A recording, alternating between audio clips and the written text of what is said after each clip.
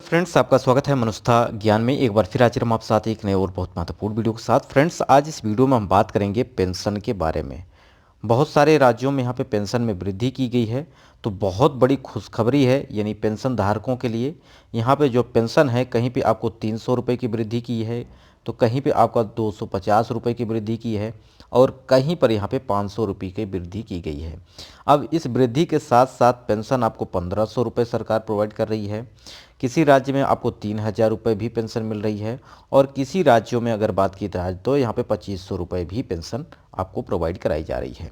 तो सभी पेंशनर्स की यहाँ पे होने वाली है बल्ले बल्ले, क्योंकि यहाँ पे सरकार ने अब दे दिया है अपडेट और आपको मिलने लगी है पेंशन अब बढ़कर। और बहुत सारे लोगों की यहाँ पे पेंशन रुक गई है, और इस कारण अगर बात की जाए तो बहुत सारे लोग परेशान हैं। तो यहाँ आज इस वीडियो हम बात करेंगे पेंशन कैसे चालू करेंगे, और कौन किन राज्यों में यहाँ पे पेंशन में वृद्धि भी की गई है। तो सबसे पहले हम बात करें, अगर आप दिव्यांग पेंशन धारी हैं, विधवा पेंशनधारी हैं, या आप वृद्धावस्था पेंशन के लाभार्थी हैं, तो यहाँ पे सभी पेंशनर्स धारकों को सरकार की तरफ से बड़ी अपडेट निकल के आ रही है। अगर आप यह काम नहीं करते हैं तो आपकी पेंशन बंद हो जाएगी। यानी बहुत सारे पेंशनर्स हैं जिन्हें 7 महीने से 8 महीने से पेंशन नहीं मिली है। अब इसके पीछे क्या रीज़न है, क्या कारण है, इसके बारे में भी जानेंगे। अब आप अगर जहाँ से भी वीडियो देख रहे हैं, जिस प्रदेश से देख रहे हैं, अगर आप अपने यहाँ का जानना चाहते हैं कि आपके यहाँ पेंशन कितनी प्रोवाइड की जा रही है, तो आप कमेंट में पूछ लीजिएगा। इस पर मैं आपको अलग से वीडियो या आपको कमेंट के थ्रू रिप्लाई कर दूंगा।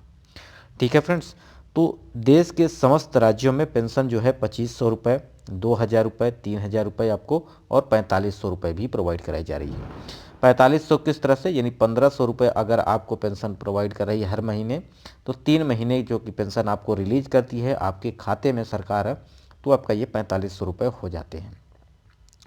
यानी अब आपकी पेंशन रुकने का रीज़न जो रहा है वो रहा है कि आपने ना तो KYC कराया है और ना ही आपने KYC करवाया है।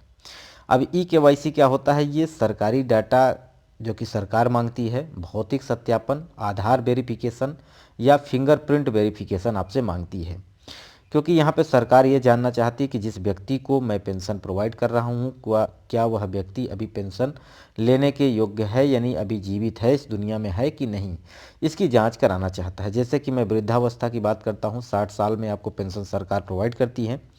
तो 60 साल के बाद लोगों के जीवन की जो कि स्थिति गड़बड़ सी हो जाती है, क्योंकि यहाँ पे वृद्धावस्था में लोगों को चलना फिरना, जो कि आजकल अगर बात की जाए तो खान पान जिस तरह का है, माहौल प्रदूषण जिस तरह से है, तो यहाँ पे समस्याएं ज़्यादा होती हैं।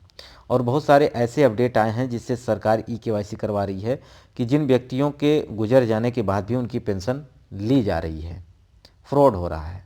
तो इस कड़ी में यहाँ पे क्या किया गया है कि आपको आगाह कर दिया गया है कि आप KYC और बैंक के जाके अपना KYC करवाएं, यानी आधार कार्ड, पैन कार्ड जरूर अपडेट करवा दें, जिससे आपकी पेंशन मिलती रहे। ठीक है, अब आप KYC आप CSC सेंटर पर कर सकते हैं, यानी आप किसी कॉमन सर्विस सेंटर पर जा सकते हैं, जनसेवा केंद्र पर जा सकते हैं, वहाँ से आप अपना KYC कंप्लीट करा लें। यानी वहीं सरकार बात की जाए तो कुष्ठ रोगियों को, कैंसर रोगियों को भी 3-3 हज़ार रुपये की पेंशन प्रोवाइड कर रही है।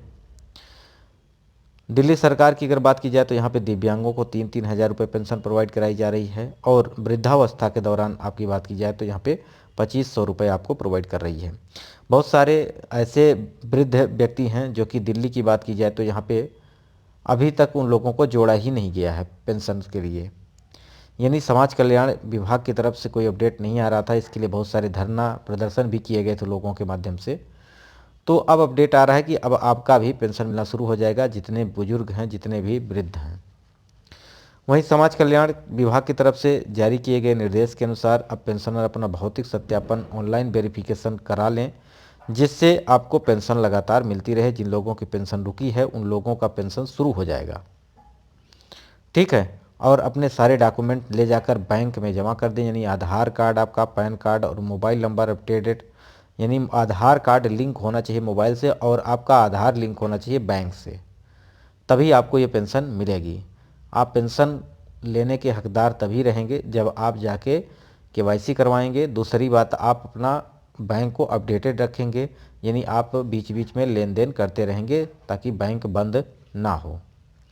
ठीक है, जैसे आपने पेंशन ले लिया, निकाल लिया, उसके बाद 3 महीने बाद फिर पेंशन आई, तब आपने नहीं निकाला और पैसा पड़ा रहा, साल भर पड़ा रहा, क्योंकि यहाँ पे बहुत सारे ऐसे लोग हैं जिनके पास पेंशन के थ्रू या बात की जाए और अदर से कहीं से उनका इनकम स्रोत होता है, तो उस दौरान वो पैसा नहीं निकालते हैं। हालांकि अमूमन गरीब व्यक्ति इन सभी मुद्दों से जुड़े हुए हैं, पेंशनर से जुड़े हुए हैं। गरीब जिनकी आय 2 लाख रुपए है वार्षिक, तो वो लोग, सारे लोग इससे साथ जुड़े हुए हैं, या दिव्यांग हैं या विधवा हैं। हालांकि पैसे की इनको खासा ज़रूरत होती है, तो इस कंडीशन में क्या होता है कि वो पैसे लेते रहते हैं।